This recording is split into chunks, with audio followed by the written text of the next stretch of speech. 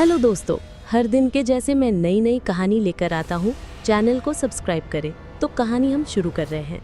रात के 2 बजे शमशान में तेजी से साई हवा चल रही थी। कुछ देर पहले जलाई गई एक चिता अभी भी हवा के झोंके के साथ थोड़ी थोड़ी प्रज्वलित हो रही थी। जिंगुर की आवाज के बीच कुत्ते तेजी से रो रहे थे। उनके रोने की आवाज इतनी भयानक थी कि किसी का भी दिल दहल जाए। मगर ऐसे माहौल में भी एक औरत काली साड़ी पहने पेड़ के नीचे काले कपड़े से गुड़िया बना रही थी। उसने अपने आसपास एक घेरा बना लिया था। उसके पास ही एक पुरुष पूजा में उसकी मदद कर रहा था। ये गुड़िया बन गई है। अब तुम मंत्र जाप शुरू करो। ओम क्रीम चामुंडाय शमशान भैरवी मदद करू करू स्वाहा। मंत्र का जाप करते हुए वो उस गुड़िया पर फूल फेंक रही थी। पुरुष उसे पूरी पूजा करने के लिए निर्देशित कर रहा था। आज की पूजा पूरी हो गई, अब कल आना। पुरुष के द्वारा निर्देश मिलते ही वो तुरंत वहां से उठकर कुछ इस तरह गायब हो गई कि मानो अमावस्या के दिन चांद होता हो। राठौड़ मैंशन में सुबह से ही हलचल मची हुई थी। मेहमानों की आवाजाही के बीच सुनीता जी उनके नाश्ते पाने की व्यवस्था भी देख रही थी। सुनीता, कहाँ हो? अरे कब से तुम्हें ढूंढ रहा हूँ। क्या हुआ, क्यों आवाज दे रहे थे? वहाँ बाहर गार्डन में डीजे, लाइट्स और शावर सबकी व्यवस्था पूरी हो गई है ना? और लाडो कहाँ है? उसे बोलो कि अब मेहमान भी हल्दी का प्रोग्राम शुरू होने का वेट कर रहे हैं। वो बस आने ही वाली है। आने वाली क्या, आई गई। कितनी प्यारी लग रही है मेरी बेटी, किसी की नजर ना लगे। दरअसल राठौड़ मेंशन में सुनीता राजेश जी की बेटी प्रणीति की शादी के फंक्शंस शुरू थे। मेहमानों के साथ हल्दी का फंक्शन चालू हो गया था। सब लोग एंजॉय कर रहे थे। तभी जो हल्दी वहां पर रखी थी प्रणीति को लगाते ही काली हो गई।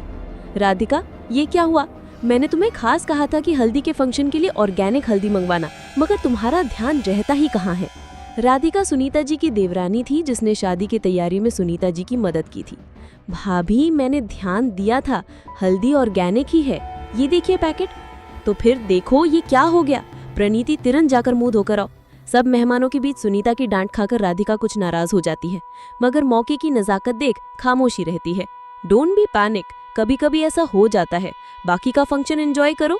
राजेश ने ये कह तो दिया था एंजॉय करो, मगर खुद उसे भी नहीं पता था कि अब कोई फंक्शन एंजॉय नहीं कर पाएगा। देर रात वो औरत फिर शमशान में बैठी अपनी पूजा को कंटिन्यू कर रही थी। अगली सुबह सभी लोग शादी के आगे के फंक्शन के लिए मैरिज हॉल रवाना होने वाले थे। तेज हवा चलने लगी, खिड़की दरवाजे तेजी से हिल रहे थे और प्रणीति के घर से बाहर निकलते ही दरवाजे पर बंधा हुआ तोरण नीचे गिर गया। सुनीता जी का दिल एकदम से बैठ गया, मगर राजेश जी ने उनका हाथ पकड़कर आगे बढ़ने के लिए कहा। सब लोग डरे डरे से मैरिज हॉल की तरफ रवाना हुए। बारात आ चुकी थी। प्रणीति अपने कमरे में तैयार हो रही थी। तभी उसके कमरे में राधिका आई। अरे चाची जी, आप यहाँ? बेटा, आज तेरी शादी हो जाएगी। मैं तेरे लिए बहुत खुश हूँ। बचपन से लेके आज तक तुझे हर वो चीज़ मिली जो तूने चाही, मगर मेरी बेटी हर चीज़ के लिए तरसती रही। चाची जी, ये क्या कह रही हैं आप? इस समय ये सारी बातें? बेटा, जब इंसान का अंतिम समय आता है ना, तो उसे सारी सच्चाई बता देनी चाहिए। अब तुम्हारा अंतिम समय आ चुका है, तो तुम्हें सब कुछ जानना होगा। कहते हुए वो जोरों से हंसने लगी। चाची जी, ये आप क्या बकवास कर रही हैं? मॉम डैड, कोई है यहाँ? प्लीज कम इन। प्रणीति जी कर अपने माता पिता को आवाज दे पाती उसके पहले ही उसकी चाची ने उसके मुंह पर हाथ रखा और धक्का देकर पलंग पर गिरा दिया। मुंह बंद कर, आवाज नहीं आनी चाहिए। कहते हुए उसने चाकू उसकी गर्दन से अड़ा दिया। तुझे क्या लगा मैं तुझे इतनी आसानी से मार दूंगी? नहीं, तू मरेगी, मगर तड़प तड़प कर।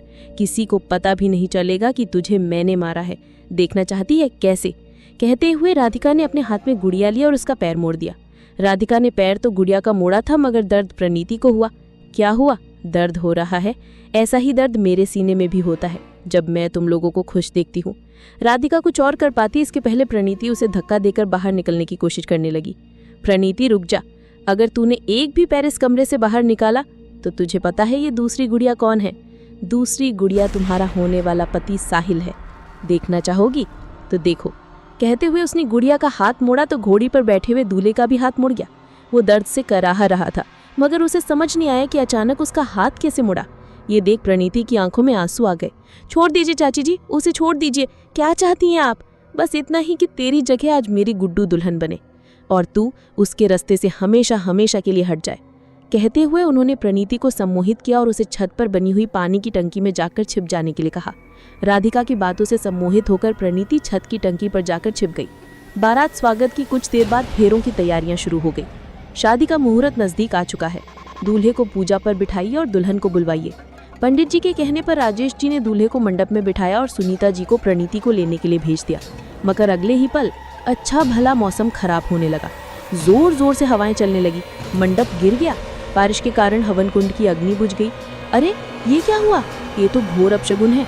राजेश जी इस अपशगुन को रोकने के लिए पंडित जी से उपाय पूछ ही रहे थे कि तभी सुनीता जी बदहवास होकर वहां आई और बोली, राजेश गजब हो गया, प्रणीति कहीं भी नहीं मिल रही है।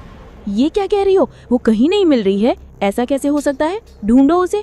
तभी राधिका वहां आई और उन सबको परेशान देखकर बोली, भाई साहब आप प्रणीति को ढूंढ रहे हैं, मगर मुझे तो लगता है प्रणीति इस मंडप को ही छोड़कर भाग गई। उसे शादी ही नहीं करनी होगी मेहमानों के सामने। ये क्या बकवास कर रही हो? उसको शादी नहीं करनी होती तो वो मुझे पहले ही मना कर देती। इस तरह घर छोड़कर कभी नहीं जाती। तो फिर अब आप ही बताओ कि वो कहाँ चली गई। आप लोगों को तो मेरी कही हर बात बुरी लगती है, मगर आप लोगों ने तो अपनी बेटी को इतनी छूट दे रखी है कि जिसका नतीजा देख ही लिया आप लोगों ने। दोनों परिवारों की कितनी बदनामी होगी। मैं सही कह रही हूँ ना भाई साहब? कहते हुए वो प्रणीति के ससुर के पास चली गई। वो भी हैरान थे कि अब क्या होगा। घर परिवार में उनकी कोई इज्जत नहीं बचेगी। आप ठीक कह रहे हैं, यदि बिना दुल्हन के हम लोग घर पहुंचे तो हमारी कितनी बदनामी होगी। राजेश जी खुद वैसे ही परेशान थे। उसके ऊपर से उनकी बात सुनकर बोले, भाई साहब मैं आपसे क्षमा चाहता हूँ, मगर मेरी कुछ समझ में नहीं आ रहा है कि प्रणीति इस तरह कहाँ चली गई। अब बताइए मैं क्या कर सकता हूँ?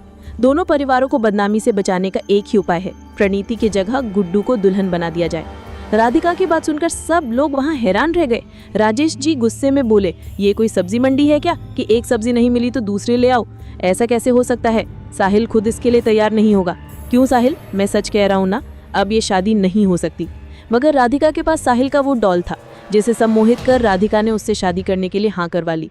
प्रणीति की जगह उसकी कजन गुड्डू की शादी साहिल से होने लगी। साहिल की आंखों में सूनापन था। उन लोगों की शादी में जो पंडित जी आए थे काला जादू के बारे में थोड़ी बहुत जानकारी रखते थे। पहले शादी में आई परेशानी, उसके बाद दुल्हन की अदला बदली। उन्हें दाल में कुछ काला नजर आने लगा। उन्होंने कुछ मंत्र पढ़ते हुए जैसे ही साहिल के हाथ में रक्षा सूत्र बांधा, उसका सम्मोहन टूट गया और वो हैरान था कि उसकी शादी गुड्डू से क्यों हो रही है।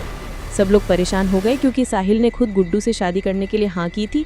उसके बाद अब इसे क्या हो गया? आप लोग साहिल की बात सुनकर परेशान ना हो। किसी ने इसके ऊपर काला जादू किया था, इसीलिए वो शादी करने के लिए मान गया था, मगर हमने उस काले जादू को तोड़ दिया है। पंडित जी की बातें सुनकर राधिका गुस्से में लाल हो गई और तेजी से चीखते हुए बोली, आपको क्या लगता है आपने साहिल को बचा लिया? नहीं, आपको नहीं पता, साहिल और प्रणीति दोनों की जान खतरे में है। अगर ये शादी रुकी तो दोनों अपनी जान से हाथ धो बैठेंगे। समझ गए ना आप लोग? साहिल अगर तुम चाहते हो कि प्रणीत जिंदा रहे तो ये शादी कर लो। राधिका ये क्या कह रही हो तुम? प्रणीति कहाँ है? राधिका की आंखों में हैवानियत नाच रही थी। उसने अपने हाथों से छत की ओर इशारा किया। छत की मुंडेर पर प्रणीति खड़ी हुई थी। वो किसी भी वक्त वहां से छलांग लगा देती। आप ये शादी होने दे रही हैं या मैं प्रणीति से कहूँ कि वो छत से कूद जाए? राधिका तुम ये क्या कह रही हो? प्रणीति छत से कूद जाए? तुम ऐसा नहीं कर सकती। हो तो होने दीजिए ये शादी, वरना। कहते हुए राधिका ने वो गुड्डू डॉल निकाली तो उसकी बेटी गुड्डू जो अभी तक सारी बातें सुन रही थी, उसने तुरंत उठकर अपनी माँ के हाथों से वो गुड्डू डॉल छीनी और हवन कुंड में डाल दी।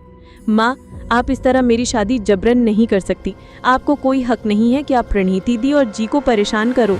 मैं तो ये तेरे भले के लिए कर रही थी। मगर राधिका कुछ और बोल पाती इससे पहले उसके कपड़ों में आग लग गई थी। गुड़िया के साथ साथ वो भी जल रही थी।